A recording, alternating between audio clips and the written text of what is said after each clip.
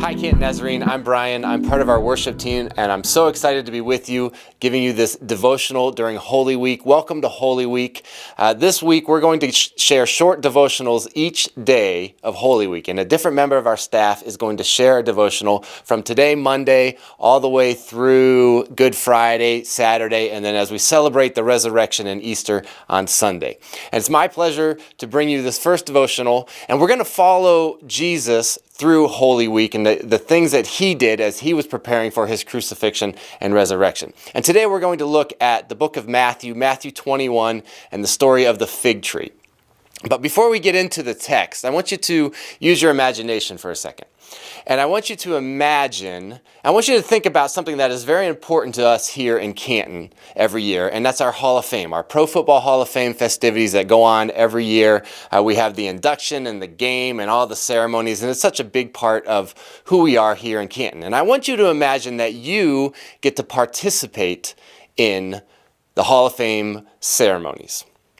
But not only do you get to participate in the biggest Hall of Fame celebration ever, because the best player in the history of the NFL is going to be inducted into the Hall of Fame, and you get to be part of it.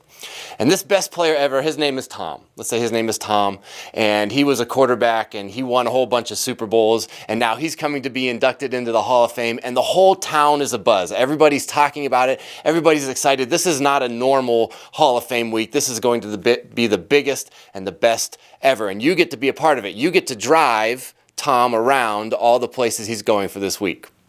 So Tom flies into Cleveland, probably on a private jet, and you go up to the airport and you pick him up.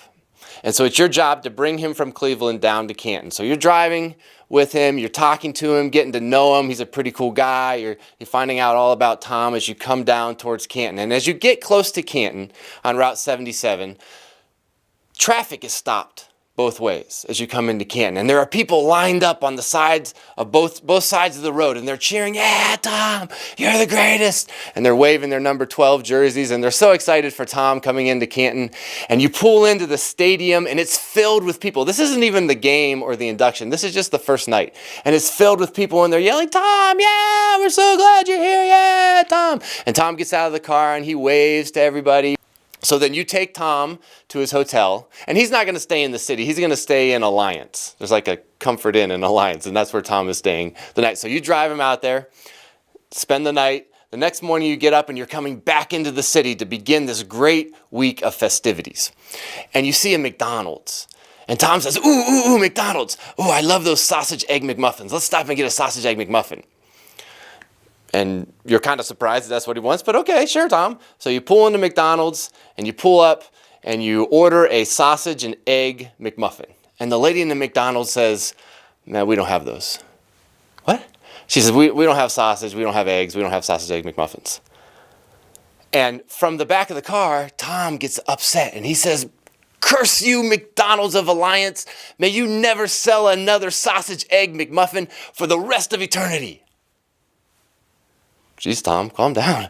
And poof, the building bursts into flames, catches on fire, just like that. And nobody dies, everybody gets out. But the building bursts into flames and burns down. And you're in your car. What's going on? You probably have 1,000 questions at this time, right? Like, number one, who is this guy that he just burnt down the building with his words? What does it mean? How does this is not even breakfast on the first day of this incredible week. How does this fit into this week? And who am I that I get to be a part of it? Well, those are probably some of the same questions that the disciples had in this story of the fig tree. So let's look at Matthew 21, verse 18 through 22. Early in the morning, as he was on his way back to the city, he was hungry. Seeing a fig tree by the road, he went up to it, but found nothing on it except leaves. Then he said to it, "May you never bear fruit again." Immediately the tree withered. When the disciples saw this, they were amazed. "How did the fig tree wither so quickly?" they asked.